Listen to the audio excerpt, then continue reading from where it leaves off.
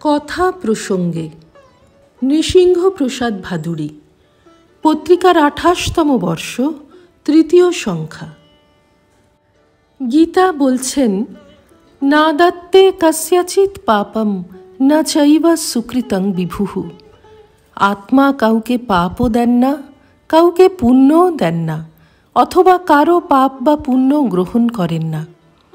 মান্ডুক্য উপনিষদও বলেছেন, পুণ্য পাপে বিধূয়, অর্থাৎ পুণ্য ও পাপ উভয়ই দূর করতে হবে। পাপের ফল যেমন বন্ধন সৃষ্টি করে, পুণ্যের ফলও তেমনি বন্ধন সৃষ্টি করে। তার জন্য ভগবানের কোনো দায় নেই। তাকে অনুভব করার মধ্যে সর্বোচ্চ আনন্দ।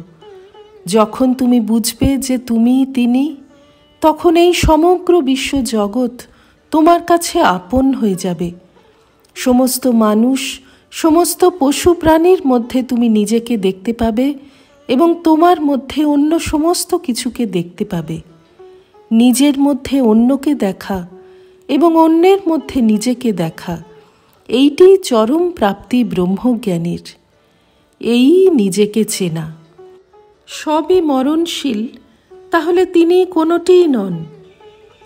তাই যদি হয়, তবে দাঁড়ায় যে তিনি নেই, তা নয়।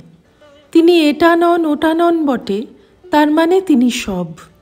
বস্তু তিনি নন, কাঠ মাত্র বা আমার দেহ মাত্র তিনি নন, কিন্তু আবার কাঠও বটে, আমিও বটে।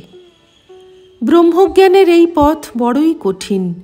ক্রমশ বোঝা গেল, এমন কিছু চাই যার মধ্যে পরব্রহ্মের জ্যোতির আবেশ আছে, আবার তার একটা চেহারাও আছে।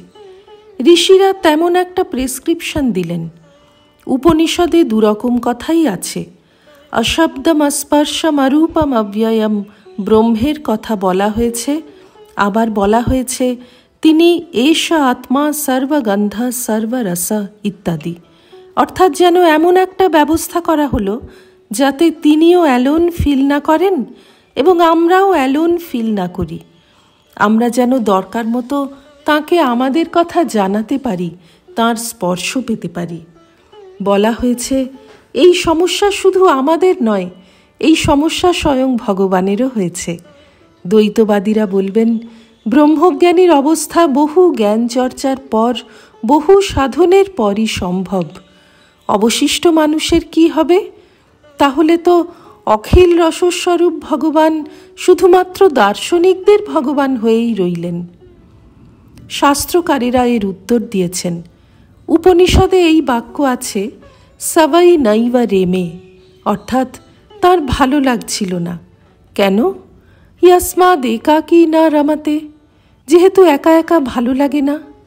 বড় সত্য কথা। আপনি যদি হিমালয়েও যান, তাহলেও এটি খুব সুন্দর এই কথাটা বলবার জন্য আপনার একজন সঙ্গী লাগবে। সাধু বস্তু একা ভোগ করা যায় না। মহাভারতে বিদুর উপদেশ দিচ্ছেন, একা স্বাদু না ভুঞ্জিত। একা একা সাধু জিনিস আহার করো না, তাতে স্বাদ বোঝা যায় না। স্বাদ কথাটার মানে কি? স মানে নিজে, আর অধাতুর মানে খাওয়া। স্বমত্তি, আমি যখন নিজেকে খাই তখনই আমি খাবারের স্বাদ বুঝি। খুব কঠিন কথা। নিজেকে খাই কিভাবে?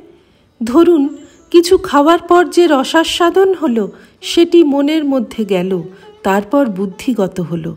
আপনি বুঝলেন যে আপনি কিছু আস্বাদন করেছেন। এভাবে আপনি নিজেকেই আস্বাদন করলেন। শ্রী রামকৃষ্ণার্পণমস্তু।